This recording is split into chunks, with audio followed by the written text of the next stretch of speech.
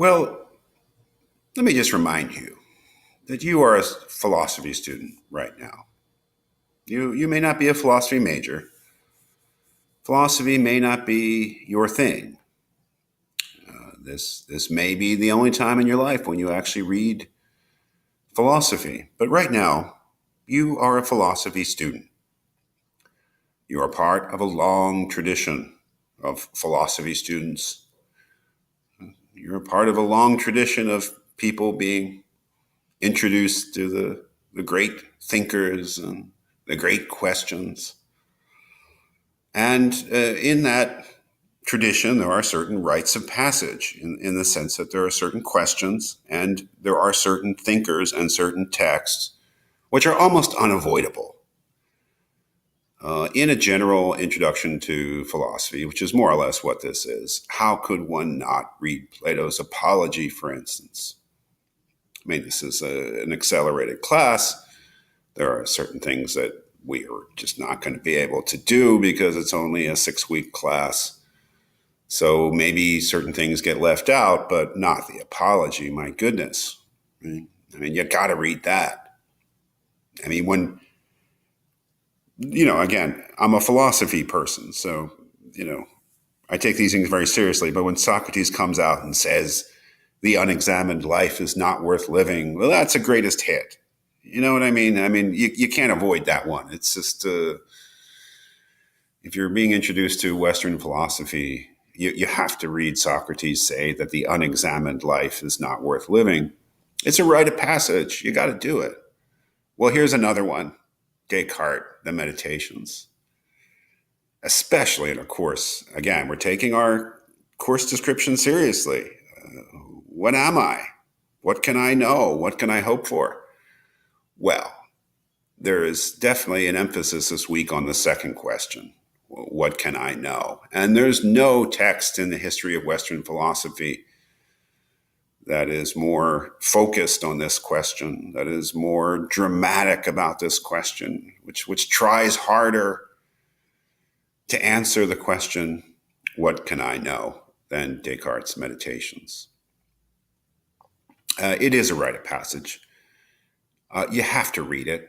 If you're going to say, I took a philosophy course and somebody says, well, what did you think of Descartes? And you we didn't read that. Well, you didn't get the right philosophy course then, at least if it's one that's broad in its introduction. You simply have to read this. And it is great. I mean, I won't lie to you. People love to beat up on Descartes in modern philosophy, to blame him for all our bad questions and all our problems. But it is unquestionably this work of genius. And it is, to my mind, the most focused attempt to answer that question, what can I know? And he comes up with something. But it really is the beginning when he explains why he's asking that question, why that question bothers him, and what he means to do about that question.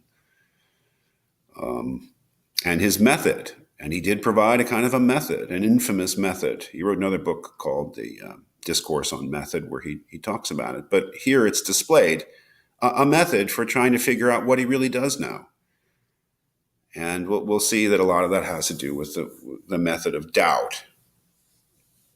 And it is the most dramatic account in the history of philosophy of someone subjecting what they think they know to critical analysis. This will happen again in the history of philosophy, perhaps most dramatically by a later philosopher named Immanuel Kant. But it is the Meditations that really sets the scene, in a way, for modern philosophy, for being incredibly critical, incredibly demanding, and spending a lot of effort in trying to set out what are the conditions under which I can be said to know anything.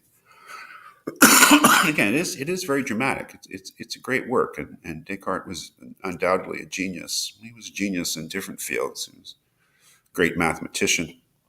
For a while, he was thought to be a great scientist too, but I don't think that really held up. But certainly, still a great mathematician. We're all familiar with Descartes' contributions to